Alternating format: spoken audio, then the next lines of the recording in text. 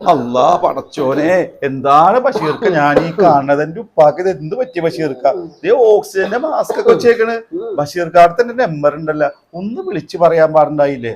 ഉപ്പാക്ക് ഇത് എന്ത് പറ്റിയതാണ്? ഈ കിടപ്പ് വേണ്ട, എങ്ങനെയാണ് ബഷീർക്ക സഹിക്കണത്? ശ്വാസം കിട്ടാതെ കിടക്ക. എടാ മോനെ, ഞാൻ പറയണതൊന്ന് മനസ്സിലാക്ക്. ഒന്നും പറയണ്ട ബഷീർക്ക, എങ്ങനെ സഹിക്കും ബഷീർക്ക് ഇത് കണ്ടാല്? മോനെ, നീ ഇങ്ങോട്ട് വന്നേ, ഞാനൊരു കാര്യം പറയട്ടെ. നീ ഇങ്ങോട്ട് വന്നേ. നീ എന്തറിഞ്ഞിട്ടാണ് ഈ വർത്താനം മുഴുവനും പറഞ്ഞു കൂട്ടിയത്? അങ്ങേര് മാസ്ക് വെച്ചേക്കണത് ആവി പിടിക്കണേന്ന്, കഫക്കെട്ടായിട്ട്. അത് പറയണ്ട അടുത്ത്. പറയണ്ട, നീ വല്ലതും സമ്മതിക്കണ്ട പറയാനായിട്ട്. ഉമ്മ ഇവിടെ പോയിക്കാണ്. ഉമ്മ നിന്റെ പെങ്ങടെ വീട്ടിൽ പോയി. എന്താണത്? ഇവിടെ അരി വെപ്പിക്കൂല, ഗ്യാസ് കത്തിക്കൂല, മീൻ വാങ്ങൂല, എന്തിന് കാലിലിടാൻ ഒരു ചെരുപ്പ് പോലും വാങ്ങൂല അങ്ങേര്. സ്വഭാവം മാറൂല. കാലത്ത് ഞാനാണ് അയാൾക്ക് ചായം കൊണ്ടൊന്ന് കൊടുത്തിട്ട് ഈ നിൽക്കണത്. എന്താ പറയാ, കോടികളുടെ ആസ്തിയുള്ള മനുഷ്യന്റെ അവസ്ഥയാണ്. ഇപ്പാ എനിക്കൊരു കാര്യം പറയാനുണ്ട്. ആ 1 ഏക്കർ സ്ഥലത്തിന്റെ അപ്പുറത്ത് കിടക്കണ ആ 10 സെന്റ് സ്ഥലം, അതെനിക്ക് എന്റെ പേരിൽ എഴുതരാവൂ.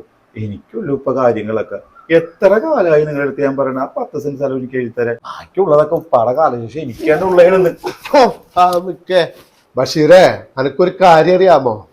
ആ ആനച്ചാലി കിടക്കണ 8 സെന്റ് സ്ഥലം അത് ഞമ്മള് ഇവന് കൊടുത്ത് നമ്മളൊരു കാര്യം പറഞ്ഞായിരുന്നു. അവന്റെ കാലശേഷം അത് അപ്രമാണം ചെയ്യുമ്പോൾ ഞമ്മളുടെ പേരിൽ വന്ന് ചേരണമെന്ന്. അവനത് ചെയ്തില്ല. ഇനി അവന് എന്തെങ്കിലും സംഭവിച്ചു കഴിഞ്ഞാല് അത് ആർക്ക് പോവും? അവന്റെ കെട്ടിയോക്ക് പോവും. അത് ഞമ്മക്ക് പറ്റൂല. ഇനിയിപ്പോ അവൻ 2ാമത് എഴുതി വായിക്കാൻ വന്നേക്കണ്. ഇറങ്ങിപ്പോടാ ഹംകെ. എന്റെ പൊന്നാരിക്കോ, ഇനി അവിടെ നിന്നാലേ എനിക്കൊരു 4 സെന്റ് സ്ഥലവും ഒരു ചെറിയ പെരയുണ്ട്. അതും കൂടെ അങ്ങേരെ എൻ്റെ എഴുതി വെച്ചെടുക്കും. എന്തിനാണൊക്കെ വേണ്ടാത്ത പണിക്ക് വെക്കണത്? ഞാൻ പോവേണക്ക. പിന്നെ ഇക്കാര്യത്തിൽ എനിക്കൊരു കാര്യം പറഞ്ഞേൽപ്പിക്കാൻ. എന്ത് കാര്യമാണോ? എന്തെങ്കിലും പെട്ടെന്ന് ആകുകയാണെങ്കിൽ പ്രതീക്ഷ ഒന്നുമില്ല, എന്നെ ഒന്ന് വിളിച്ചറിയിച്ചേക്കണം. എന്ത്?